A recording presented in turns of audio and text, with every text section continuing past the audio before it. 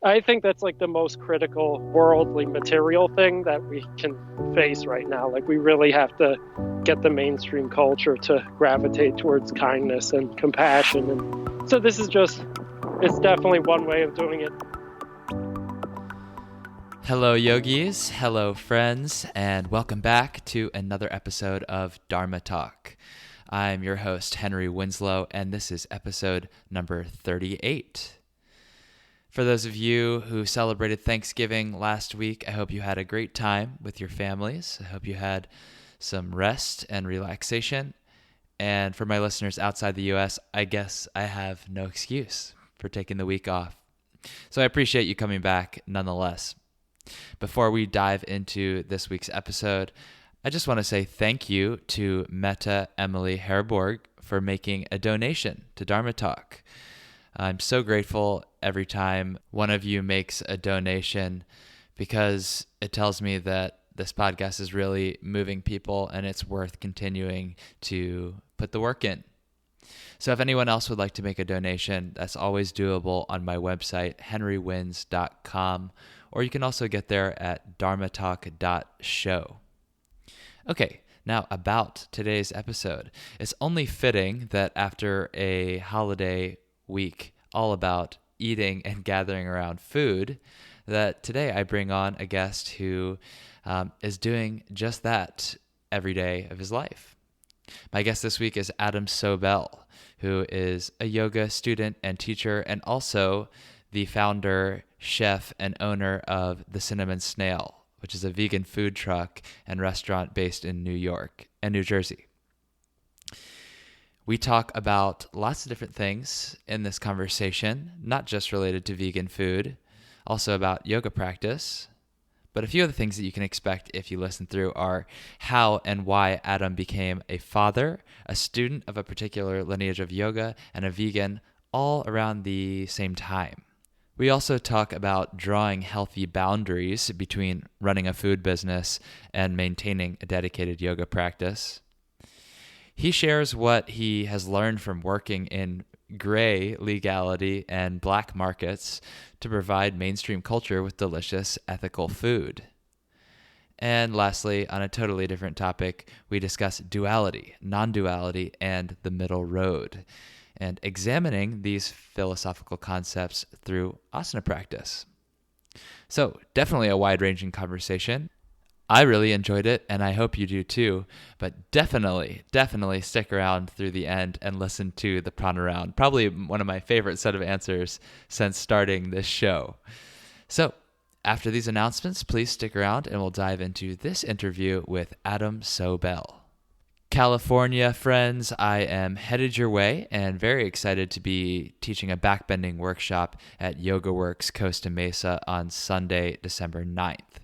That's Orange County, Southern California. If you can't come, send me a message. Maybe we can meet up for a class or something. For my friends here in New York, I've got a workshop at the end of January at 3 Jewels. So details for all my events, upcoming and to be planned, are at henrywins.com/events. Go there and sign up. At Lighthouse Yoga School in Brooklyn, New York, we are currently enrolling our next 200-hour teacher training for January 2019. So, yoga teachers looking to level up your teaching, aspiring yoga teachers who want to do your first training, or yoga students who just want to take their practice a little bit deeper. You can get more information about that also at henrywins.com/events. And if you apply now using my referral code HenryWins, you'll save $100 on your tuition. There's no fee to apply, so go ahead, put your application in, drop the referral code, and lock in $100 off. What's your purpose? What's your vision? What mark will you leave on this planet long after you're gone? I'm Henry Winslow, and you're listening to Dharma Talk, the only podcast where I interview inspirational yogis on how they're changing the world in their own unique ways. Whether you're still searching for your purpose or already walking the path, I hope these stories get you excited to live your Dharma.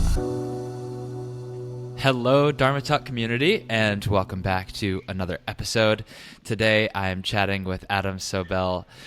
Adam has been teaching free yoga classes for the last 15 years to a dedicated sangha of yogis in New Jersey.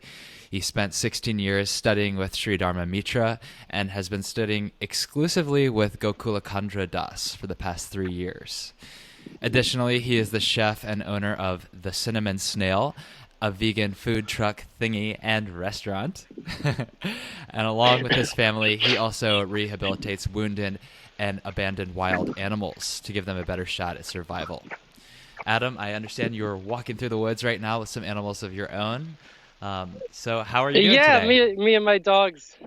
I'm doing amazing. It's just raining out here in the woods, and I'm really, it's kind of, like I try to get out into nature at least once or twice a week to kind of recharge myself. It's nice. Yeah, so if the rain short circuits our conversation, I accept no liability for any damages, and I hope that everyone still enjoys the show.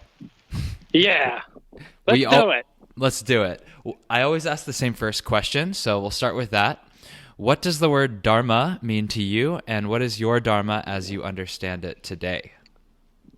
Okay, that's a good question. So, Dharma, like in the scope of like Vedic literature, really means like spiritual duty, not just like worldly material duty. So I think sometimes it gets like misrepresented that way, that it's like, oh, I'm a chef, so that's my Dharma. But it's really like a more eternal thing that's, that you maintain whatever your like material position in reality is. So like ultimately, I would take it that all living entities have the same Dharma, which is like transcendental to material reality, that we're trying to like serve the supreme and serve each other. And so ultimately, like that's my Dharma, and I try to do it through serving my guru, and also through doing whatever I can to help decrease like unnecessary violence and suffering in the world. So a lot of that I do like through what I do for work, like trying to help more people get turned on to a nonviolent way of eating. And to me, that has like a very direct impact on other living creatures, like not getting eaten. So yeah, it's kind of. Absolutely. I mean, I totally hear what you're saying, and I agree with you that underneath it all, we've all got the same duty. We do. We all are here to serve one another. And I think, it's always easier with just the way that our mind works to pick apart things and compartmentalize our spiritual duty versus our material or physical duty. But that it's kind of two sides of the same coin, really. If you are doing something of material purpose that's aligned with that spiritual purpose, then it all works. And you certainly seem to have found a way to put your physical body into work that is in support of what you believe in. So let's talk a little bit about that. It's very gratifying. Yeah. What's up with the Cinnamon Snail? For those of the listeners who have never heard of it, maybe you can give us a basic overview of it. Sure. So basically, like the Cinnamon Snail is a restaurant and food truck and catering business I started back in 2010.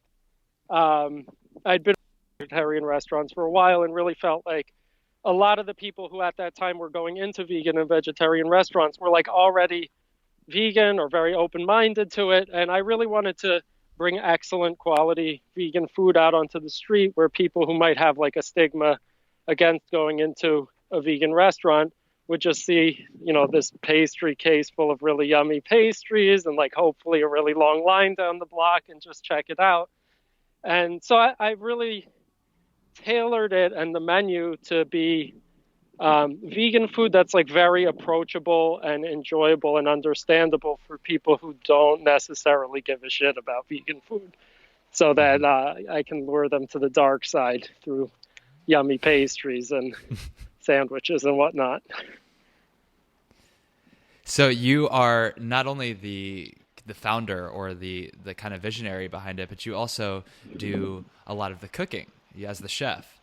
Did you have a background in that before you started? I've created all the recipes, and I'd worked in restaurants for maybe about a dozen years before I started the business. And I really got turned on to vegan cooking when I met Joey, who's my wife, and I was like a teenager at the time. And she was the first vegan person I had gotten very close with. And I really respected and admired her, like the ethics behind why she was vegan. She was really doing it for, reducing violence towards animals and caring about the environment. And, but she was eating the worst vegan diet. It was like French fries and canned soup all the time. So I really wanted to learn how to cook so I could make her extra yummy food. And in doing that, like I started working in restaurants, and then people would come into the restaurants. Like the first restaurant I was working at was kind of a non-veg fine dining restaurant. And people would come in and try to modify menu items to make them vegetarian or vegan. And the other cooks there would always kind of be real snarky about it. And I kept finding myself like sort of standing up for these people who were coming in. And finally, one of the other cooks was like, Adam, if you care about this so much, like, why aren't you vegetarian? And I was like, yeah, you're right. I don't know. So I became vegetarian. And then about a year or so later, when our first daughter was born, I became vegan. Like the day she was born, I had thought so much about how important like nursing would be for our daughter, and like both physically and spiritually and emotionally, and how understanding how really sacred and special that is. I really couldn't justify standing in the way of that for any other living creature. And so that day I became a dad and I became vegan. And it was, also like right around that time is when we started practicing with Dharma Mittra, like a couple of weeks after she was born. And now that same daughter is like, she's 17 and she is currently out in Bali assisting Gokulacandra teach a yoga teacher training out there. Amazing. So it's been really cool to, like, basically my life in yoga and in veganism has gone right along with hers. So we kind of both had like the same start on that stuff. Yeah. So has she been vegan her entire life then? Yeah, both our kids have been vegan their entire life, and she's particularly like kind of badass about it, like really into activism. And like you mentioned in the intro, like especially my family, less so myself because I work quite a bit, but my daughter and my daughters and wife all do like a lot of wildlife rehabbing, like baby raccoons and squirrels and stuff will get calls and they will have been abandoned or the mom will have gotten hit by a car, and they're very helpless. And so we like nurse them to the point they can be released back into the wild. And so now my older daughter, Edel, who has also been like homeschooled her whole life, has taken her GED and is starting to work on like a degree in like veterinary stuff. So it's kind of exciting. Yeah, she's really leaned into it and made it her own rather than. Yeah. I don't know. Sometimes you think like as a parent, I mean, I'm not a parent myself, so I can't speak on this with firsthand experience, but you see children often going the total opposite direction of their parents because there's like this hardwired nature in us to rebel. But if you can really connect to what your parents teach you in a way that feels personal, then there's nothing to rebel against, I suppose. Yeah, well, she does rebel by listening to like really hideous pop music, and that's kind of her revenge on us, I guess. But At full blast. They're both really sweet girls, and I feel really blessed that I've got really easy and pleasant kids to be around. Yeah. So you've mentioned the the rehabilitation for the animals and lots of the ways that you've thought about the yogic ideals and influencing the way that you live your life. But I'm also curious, what does your explicit, for lack of a better word, yoga practice look like? You studied with Dharma Mittra for many years. Now you're studying with Gokulacandra. How has your practice evolved over time to meet the needs and problems, questions in your life? So I guess like in its current state, my sadhana is, I think it's kind of a nice mix of everything that's important to me. So I practice like about an hour and a half to 2 hours of asana a day, usually quite early in the morning because of my working schedule. I'll typically get up at like 4 a.m. and I start the day with like a puja, and then I practice asana. Like where we live, we have a wood burning stove in our home, and I usually kind of crank that up because I like to really sweat when I practice. And I really stick very strictly to the method that we've been studying with Gokulacandra. It's really kind of blown my mind, and we can get into that a little more later. But then throughout the day, I do like quite a lot of japa. I probably do about 2.5 to 3 hours of japa every day. And then I always do some kind of swadhyaya, like some study of the scriptures. So I typically read like about a chapter of the Srimad Bhagavatam every day and reflect upon it. And right now I'm also reading the Chaitanya Mangala, which is also really interesting scripture. But yeah, that study of the scripture to me is like very like important part of my sadhana. Mm-hmm. So yeah, that's kind of what it looks like now, and it's changed a lot to get to that point.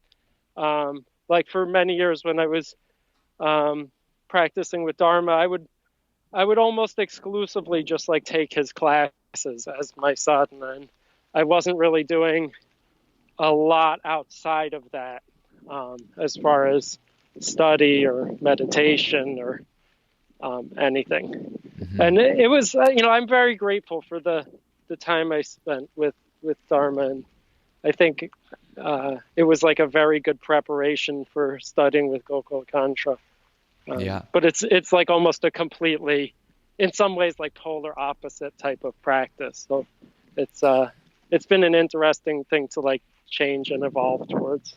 Yeah. So, I mean, your teacher at this point is not in the same local vicinity as you. What does it mean to you to study under him, with him? So I get to study with him like a few times a year.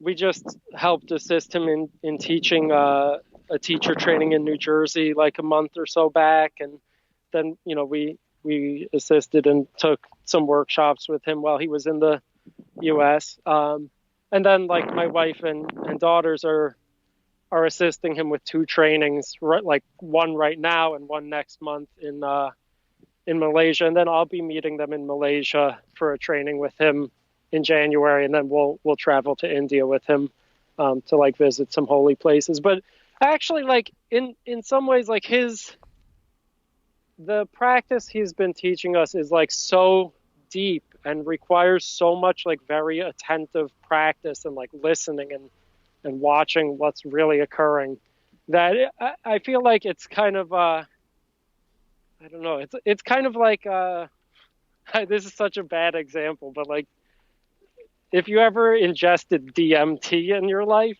it's not something you want to do every single day. It's like really a very full-on and challenging mental and emotional experience. And you kind of need to like take some time to digest it and think about it. And like in the same way, like I certainly would love to be practicing with Gokul every single day, but having months in between that I'm practicing every day and really observing attentively like the effects of the bandhas and marmas and the way I practice, and it really makes it so that the few times a year that I can go back and spend another month with him or whatever, like it's like I'm really doing my homework in the meantime, and Yeah. I really like it. I don't feel in that way that I'm like without him the rest of the year. I really pay attention to what he's trying to teach us. And I also like, when I train with him, I tend to make a lot of audio recordings of him, which I listen to.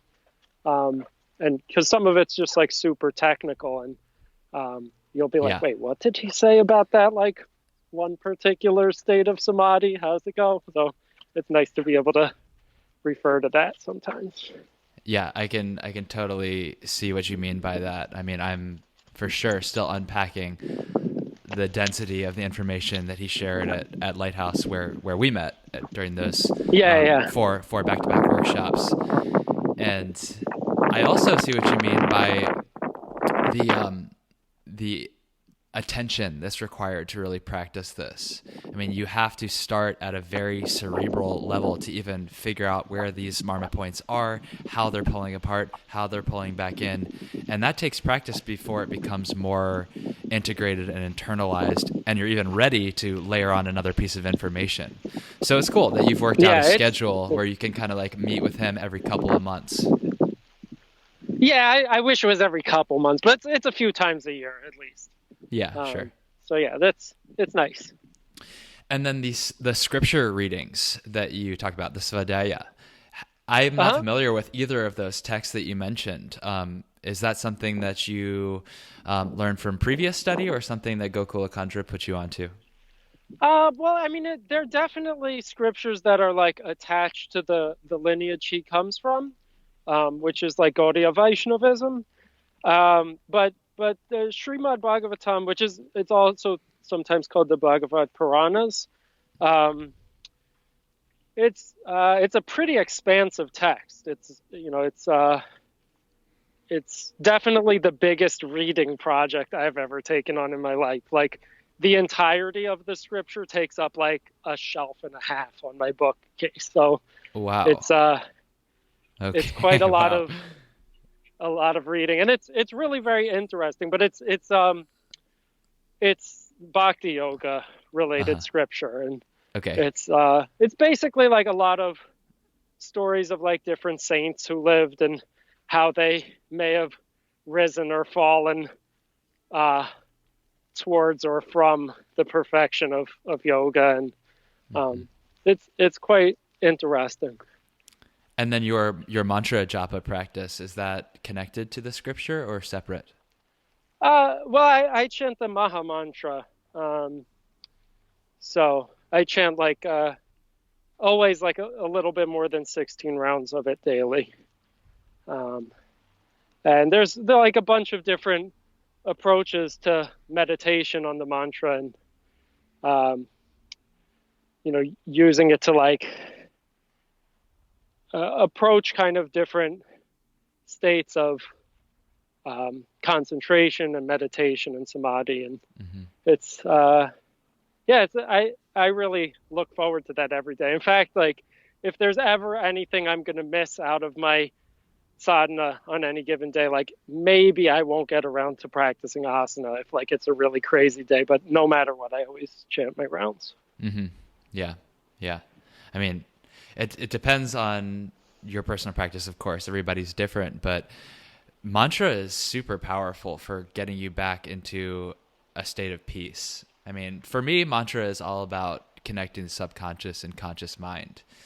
And it's very easy, especially, if you run a business like you do, got a million things going on, got a family, to get so caught up in the logical side of the brain that you lose touch with the part of you that's all-knowing underneath all that. So mantra is a great way to come back.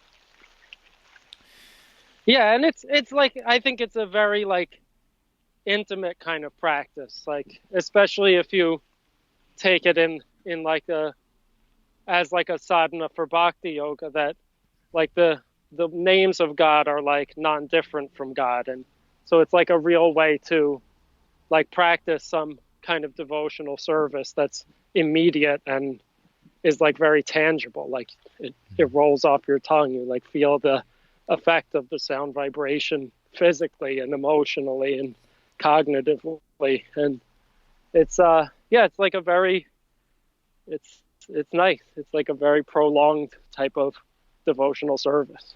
So Yeah. it's good. So how about at the Cinnamon Snail? What are your employees' thoughts on your yoga life? You know, is it something that they've integrated themselves? Are they receptive to it? Like it's kind of changed a lot over the years, um, the way I interface with like all of my staff. But I have like I definitely have a couple of yogis and a couple devotees who work for me. And like I'll talk with them more about it than the rest of my staff. But in the beginning, when I was like first getting my business started, most of my staff were like friends of ours and people who practice yoga at our home regularly. Uh, and like we would do like a puja on the food truck in the beginning of the day and stuff. And now like I've recognized it's actually like a lot. It's really kind of difficult to operate a business where like everybody who works for you is also your best friend or yoga student or something. And it's very hard to like maintain a good relationship as a friend and as a boss at all times. So I'm a little bit like withdrawn on that more like intimate personal level. Like I don't really like talk about my practice and talk about like spiritual topics so much with my staff because it's just like better off that way if I Yeah, can kind of compartmentalize those things. that makes sense. How big is the company at this point? So we have like about 50 employees. Oh, that's quite big. Yeah, it's pretty big because we have a whole like production kitchen out in Brooklyn, and there's daytime people like doing prep stuff, making Hmm. sauces, burger patties, etc. And then we have an overnight crew of bakers who come in and make our pastries, and then we have like truck drivers who bring it from there to our locations in Manhattan, and people who work different shifts in those locations, and bookkeepers and managers and all that like really exciting fun stuff. But better them than you, right? Yeah, I mean, being like the owner of a business though, like you kind of have to do whatever it takes all the time. And Yeah. uh I definitely look forward to the day where like I don't need to own a cell phone ever again. And it's kind of like there's a lot of, especially with the food truck, there's like nonstop different wacky emergencies to deal with. And Mm. um my perspective on it is like it's really a matter of life and death for animals who are otherwise going to be eaten, and it makes it completely worth it for me to have a somewhat stressful uh, job. Yeah. Like if that job is difficult or long hours or unpleasant or stressful for me, like it's kind of no comparison to like some living creature who may or may not have to die. Like it's kind of a sacrifice I'm okay dealing with Hmm. for now. Right. I first got turned on to the cinnamon snail years ago before I had even considered going vegan, and the food is delicious. I mean, I Well, really mean that. thanks. I'm not just saying that to, because you're on the podcast with me. Like when I found out that the person who was leading these vinyasa warm-ups at the Gokulacandra workshop was the owner of the cinnamon snail, I was so excited.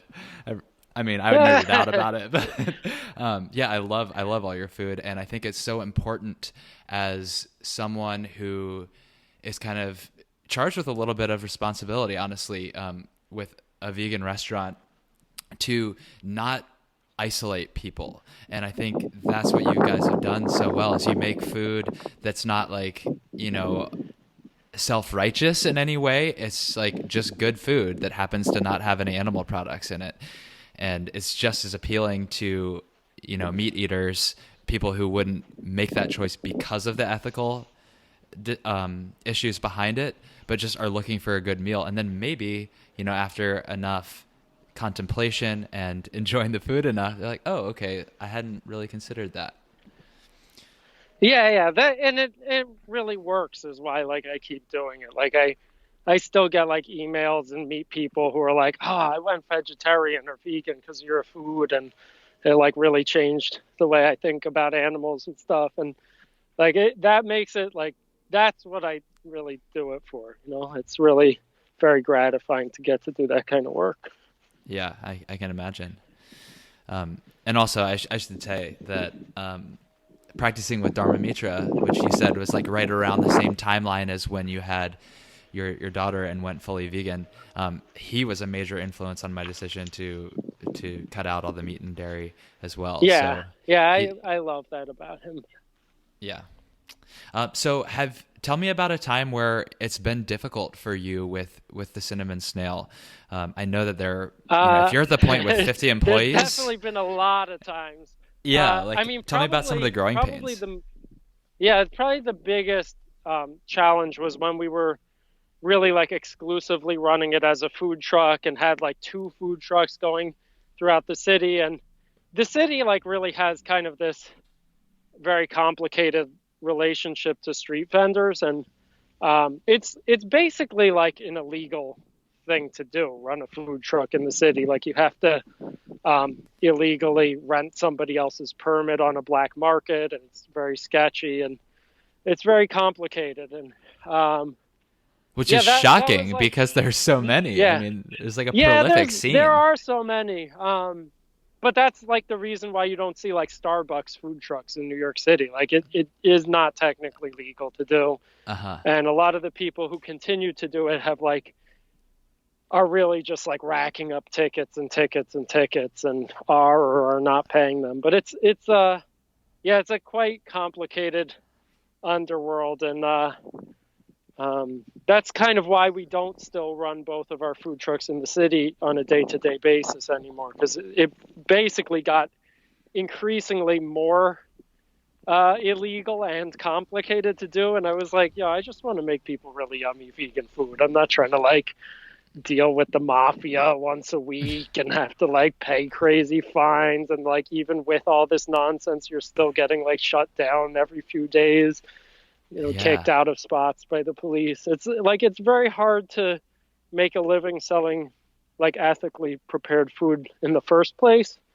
And when you're like getting shut down in the middle of lunch and forced to find a new parking spot like every few days, it makes it really difficult to like not lose money that way. So it's definitely been like, there's been a lot of things that have like forced me to become somewhat more savvy at business, which is like really not my dream. But it's like, again, it's a sacrifice I'm willing to make because it's really directly helping the culture gravitate towards nonviolence. And I think that's like the most critical, like worldly material thing that we can face right now. Like we really have to get the mainstream culture to gravitate towards kindness and compassion. And so it's definitely one way of doing it. And of course, like people teaching and practicing yoga is like, I think an even more fundamental level of it. But people got to eat no matter what. So it's a good way to. Yeah, maybe it's more people. fundamental, but the way that you eat is more far-reaching because everybody does it.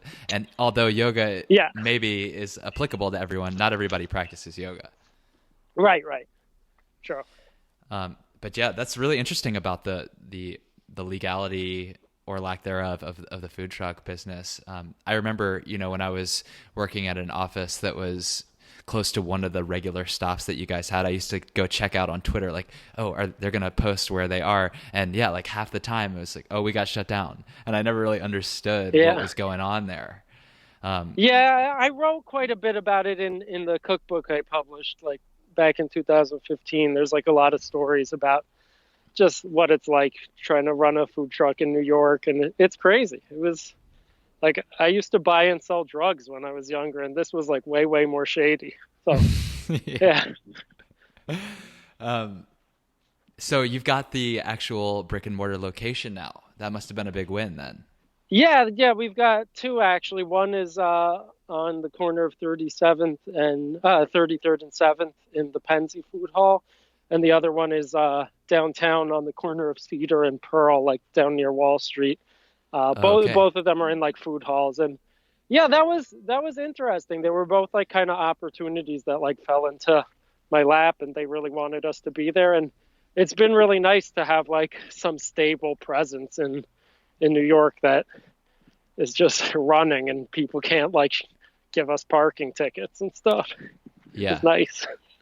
So when you were dealing with all of that, the food truck part of it, did you see it more as just like a cost of doing business, that you'd rack up these tickets and like you lose some customers because they were expecting you to be at X place at Y time?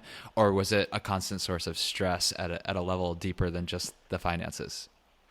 Yeah, that's really stressful, especially when it's like people who aren't you on the food truck and they're like, the police are hassling them. And like, it makes it really hard to keep your staff feeling like supported and good and like their job is safe. Like it is very stressful to deal with that. And I mean, that's one of the reasons why like eventually like I decided to stop renewing our permits and just like we run our food truck on like on the weekend at events and stuff, and then we run our restaurants and like everything is very legitimate. And like I that's like super stressful to be like essentially breaking the law for a living.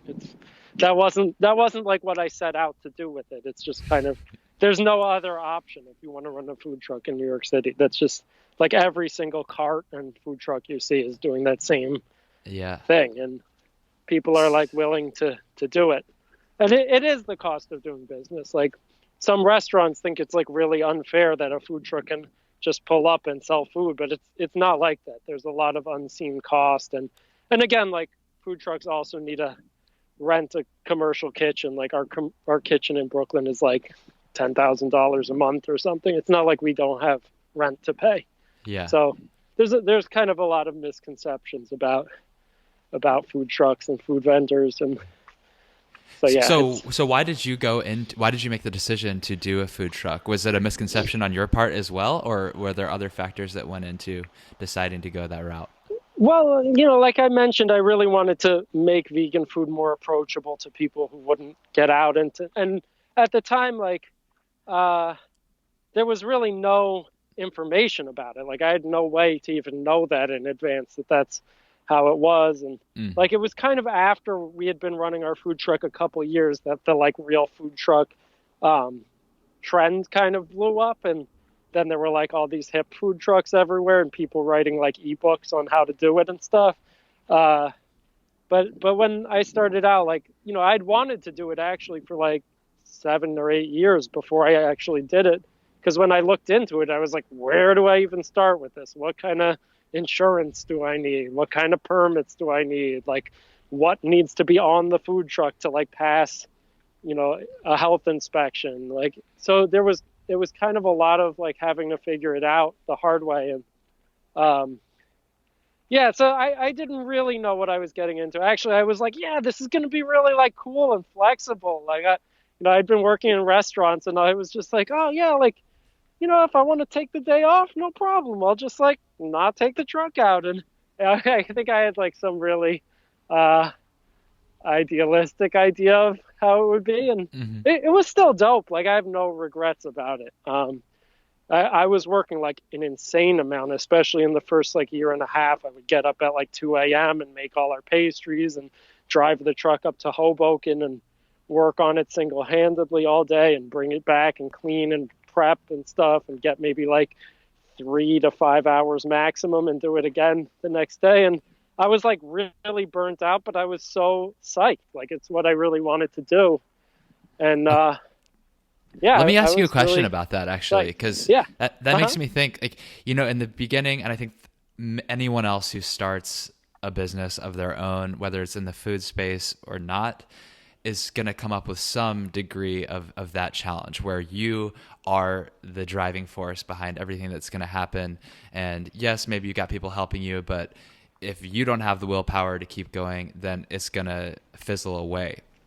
So as someone who created a business that's around, I mean, you're driving it, of course, and then also you have to keep it creatively fresh in order to have the food have the impact that you want it to be able to convert people into a nonviolent way of living. How do you maintain a fresh perspective, maintain your creativity when you're using every last ounce of energy just to keep the wheels turning?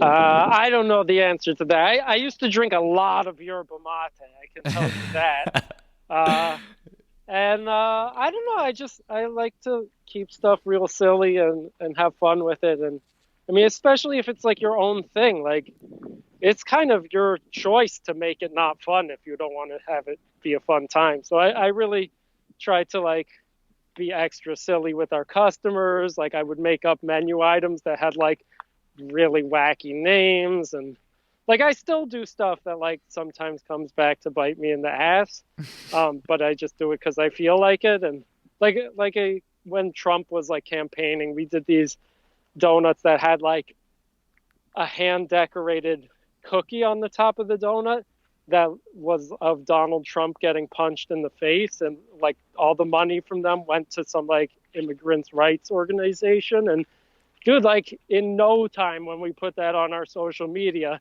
like every Trump supporter in the galaxy was like ready to kill me and stuff. But like, but do you think that really came back to bite you in the ass though? I don't know. I just like, honestly, I don't care. I wanted to do it. And exactly. like, I'm not, I think like the consensus is like business owners like shouldn't really have an opinion about anything, and certainly like not do anything that's like politically oriented. And like generally I'm not a political person, but I'm also like not into fascists, and I'm not gonna like sit by and like watch somebody like that dick over everybody else who's like not a rich white person. So yeah. Well, I don't think I agree with the sentiment that a business owner shouldn't take a stance on things, because honestly, if you want to really connect with certain people, your customers, your clients, whatever, you got to be polarizing in a way that attracts them and repels the people that, I don't know. It's kind of a double-edged sword though, because you're also there to kind of convert people. Yeah, and that's also like the argument, like as far as like business is concerned. Like you don't want to repel anybody, right? Like you want to be able to sell vegan food to as many people as possible. And there are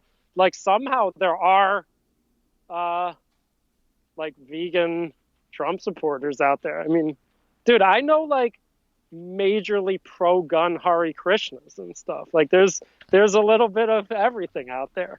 Yeah, right. I'm not like really trying to offend anyone. And I'm certainly not trying to like condone any actual violence. Like it's a fucking donut. Like you can't really get that upset about it.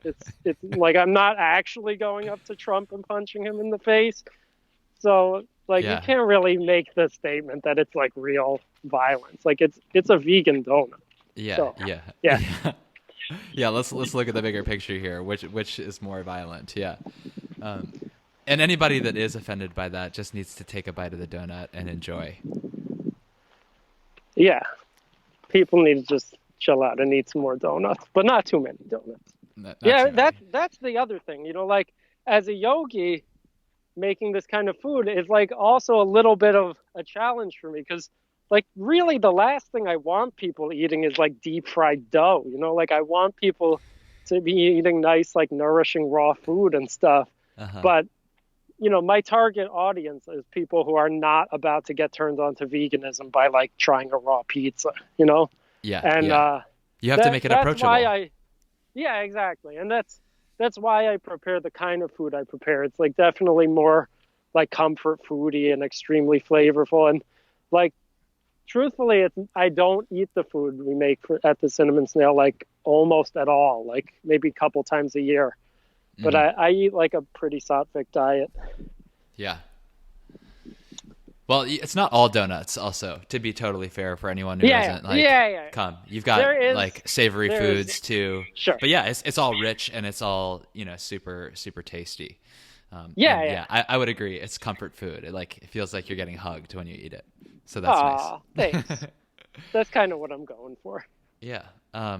Okay. So why don't we, I know we're kind of hopping all over the place, but you mentioned earlier that we could talk a little bit about what the physical practice that you do that you were taught from Gokulacandra looks like. As to the best of your ability over a phone call, can you kind of take us through that? I mean, walk us through what that includes. Obviously, you're not going to teach a whole class, but... So Gokulacandra teaches actually like a variety of styles, but he teaches them with the same like underlying methodology and philosophy. So this same approach, like he can, he can teach you like hatha yoga or ashtanga yoga or vinyasa yoga or like what he calls slow yoga, with this same kind of underlying method. And the method is largely focused on like subtle yogic anatomy. And this is what really like blew my mind at first with him, which is that like it's really about approaching and executing the postures less so from like a muscular and physical level, and more so on like constructing the pose from the ground up, like um, through many bandhas, which are like energetic locks, you can call them, right? And the bandhas then have like their building blocks are the marmas, which are kind of like how acupuncture and acupressure have these acupressure points, and that's connected to their system of meridians. So in yoga, the marmas, it's like a different energetic system, and it's basically like the intersection of all nadis creates each intersection has a marma. So there's something like 8,400,000 marmas in the energetic body, which is anyway. So the relationship all, right? of these marmas, yeah, I know them all. No, but I wouldn't doubt that Gokulacandra knows them all. He really is like a limitless kind of teacher in my experience of him.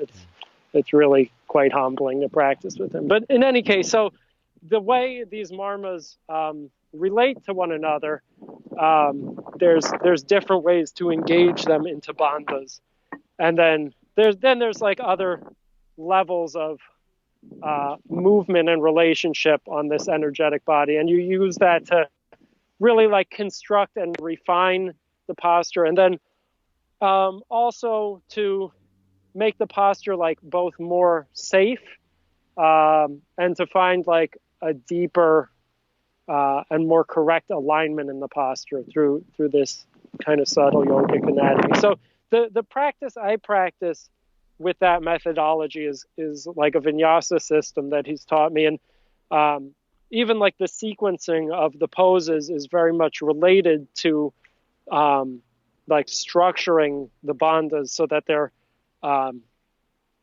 they're working in a certain direction, and it's both like creating this reflection on like the physical apparatus of the body, and it's also in my practice and like observation of it, like it's also kind of has a lot of parallels as a way to like explore deeper yogic philosophy through the asana, like utilizing this method of the bandhas and marmas. It's really kind of a very holistic approach. How so? How do you connect it to the deeper philosophy? Well, so without getting like too carried away and technical, Yeah. There's in yoga philosophy, for instance, like at least in like, yeah, so in yoga philosophy, like the dominating like basic yoga philosophy, which has come to the West, is Advaita Vedanta, right? It's like a complete non-dualism where, like basically we are all one, and that ultimately like that the Atman merges into or becomes Brahman, like the formless, impersonal nature of the Supreme, right? That like ultimately in Advaita Vedanta, like we are God is kind of like the underlying philosophy, and that we are all each other. And so that's like one yogic philosophy, right? And then there's also quite a long-standing Vedic tradition of Dvaita, right? Like complete dualism, which is like closer to what most people are religiously familiar with, is like the Abrahamic religious perspective, that we're we're entirely separate from God, and that like at no time do we become God. Like even if in some religions you like obtain some position in heaven, you're still like separate from the Supreme, right? Mm-hmm. Right. And then like Bhakti Yoga, which I think is really like, it's really like the perfected stage of yoga. Like even represented in Bhagavad Gita, it's kind of like what the yoga system that the other systems build to, that Ashtanga or Raja Yoga, kind of builds towards karma and gyan, and that Jnana Yoga eventually like becomes Bhakti Yoga, and that's really like that's ultimately where yoga is pointing you, in my perspective and in what I've been trained, Mm-hmm. And so Bhakti Yoga presents like this Achintya Bheda Bheda Tattva, which is kind of like, I think it's really sort of mind-blowing philosophy, which is, it's like inconceivable oneness and difference. That we're not the same as God, and we're not separate from God, and the same with our relationship to each other. We're like inconceivably one and different. We're like an emanation from the Supreme, but that doesn't make us the Supreme. Like even like the material energy of the world is like an emanation of God, but that doesn't mean like God is planet Earth or something, or like, because you are an emanation from God doesn't mean you're like omnipotent and capable of creating universes and stuff. It's Mm-hmm. you're kind of like deluding yourself to make that statement that like, and it's also like philosophically kind of illogical, that level of like absolute oneness, that The non-dualism. it doesn't really, that like ultimately with like a completely non-dualistic philosophy, like there's no room for the possibility of love and relationship and devotion, because like who are you being devoted to? That's you being devoted to you. Like why does like the whole reality even exist if it's already just one? It's kind of, there's a lot of unanswered questions with like monism and Advaita Vedanta. But in any case, so the reason I brought this whole stuff up is because this whole way of exploring the bandhas and marmas is also like a way of directly experimenting with and meditating upon these subjects. That there's like these three levels of engagement of the bandhas that correspond to these three like philosophical perspectives. That like the bandhas can be made of the marmas, like becoming the bandha, or like they can remain separate from one another, or like the marmas form the bandha and then they still remain like discrete and unaffected by one another, that they're independent of each other. And in that way, like it's kind of a direct way of approaching and understanding and like really deeply examining these philosophical differences through the asana practice by the utilization of the bandhas and marmas. It's really kind of, it makes it very tangible to meditate upon, because it actually really provides like a meditative purpose to the physical action of the asanas. And right. So that's kind of really blown my mind, like approaching the asanas in that way. Especially like having just come into this method of practice after practicing for like 15 or 16 years. Up until that point, like it really made me be like, whoa, I don't know anything about this yoga stuff. This is like really uncharted, interesting territory. And it's really given me a whole deeper level of excitement about being committed to practice and study. And I love that. It's been quite nourishing. I love to hear that. I mean, I think it's so important to find new ways, if ever your practice starts to feel stale or stagnant, it's very important to find ways to reinvigorate yourself, and to study, is one of the most powerful ways to do that. That's really interesting about, this microcosm of the way that the bandhas and marmas relate to one another as a representation of the whole picture. It really is very fascinating. Yeah, and you see this, like, once you start studying this Achinta Bheda Bheda Tattva, you like see it in everything in nature, like this kind of inconceivable level of oneness and difference. You see it in all kinds of, in everything you see in nature, and everything you see in like the states of awareness. Like as you approach meditation, you find really the same kind of levels where there's like difference, and there's oneness, and then there's like something transcendental to that, some kind of meditative absorption. And so this kind of philosophy it gets very deep. You can go pretty deep with it. Yeah. The answer is the middle road. All right, Adam, I'm ready to move on to the final round of this interview, which is the prana round. So in this section, I'm going to ask you 6 rapid fire questions. Your answer can be minimum 1 word, maximum 1 sentence. You're ready to go. Let's do it. Okay, first question. I already got the answers. George Clooney. That's the answer. You got it right. You got it right. Okay. In 1 word, why do you practice yoga? I'm trying to get a Pringles sponsorship. I want to get sponsored by Pringles and Gatorade. What is your favorite yoga pose and why? Really, like right now, I've been really gravitating to a lot of hip openers because I like suck really bad in that department. So yeah, they've been like extra nice, and there's a lot of room for me to work there. Cool. What's the single best cue or piece of advice that you've ever received from a teacher? Saraswati Joyce told me in Mysore one time that I had to go get different pants because I was practicing in these like neon spandex, really raggedy looking shit my wife made. And, she didn't like that. No, she was like, yeah, you got to do something about that. So I went to an Indian store that had underpants, and I asked what was their craziest pair of underpants, and no joke, in the middle of Mysore, they whipped out this box from under the counter that said crazy briefs on it.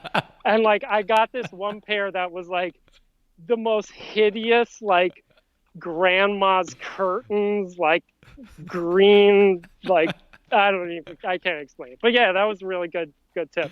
Thanks a lot, Saraswati.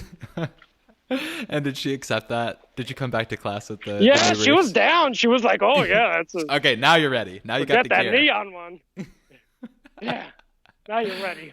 Marichas and a D. Let's go. Okay, recommend 1 book, either modern or ancient, for our audience. I know you've already mentioned a couple, so you can tell us those again. It's so hard to say anything other than the Srimad Bhagavatam. Okay.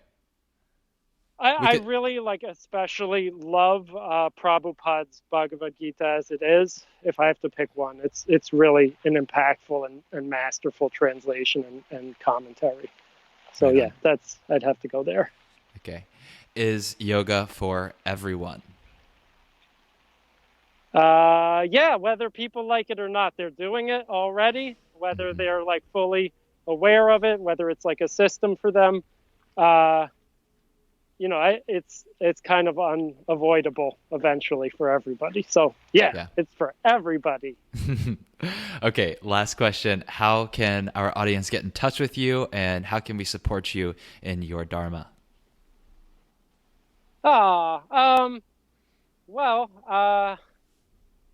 If you want to email me, it's adam@cinnamonsnail.com. Otherwise, we're all over social media with the Cinnamon Snail, but it's not really the best way to get in touch with me personally. We also have a little Facebook page for the classes that we teach from our home.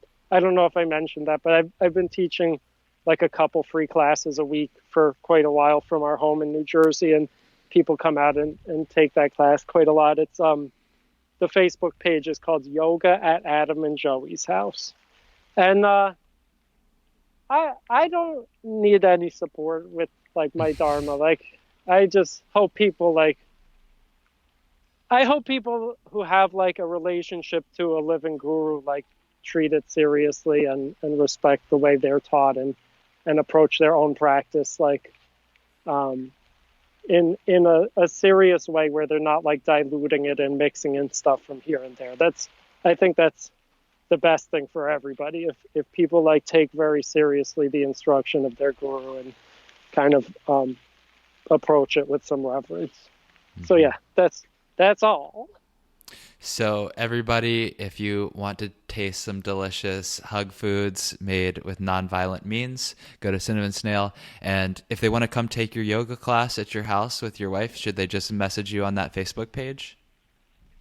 Yeah, or people just show up. I teach 2 nights a week. My daughter teaches 1 night a week. And then a couple of our students like switch off teaching 1 night a week. Okay. So most nights, a lot of nights of the week, there's class at our home, and some of my students come practice with me in the morning. But you should definitely hit me up if you want to do that, because it's early and it changes from time to time. It's just like a vegan food truck. So yeah, it's like you can find me in the Bermuda Triangle or in Brigadoon. Adam, thank you so much for coming on and sharing some of your special time with your dogs in the woods with me. I really appreciate it. And I know our listeners will too. So thank you. Thanks for having me, dear Henry. Have a super snappy rest of your day. If you got something out of this episode, if you like Dharma Talk and want to keep it going, please do me a huge favor and subscribe, rate, and review on iTunes. I know it's not the most convenient thing to do, but it makes all the difference in getting this show out there and more visible to other people who can benefit from it. And hey, if you've got feedback or ideas or you want to get in touch with me, you can do that on Instagram at Henry Wins. Otherwise, I'll talk to you next week. And until then, keep living your Dharma.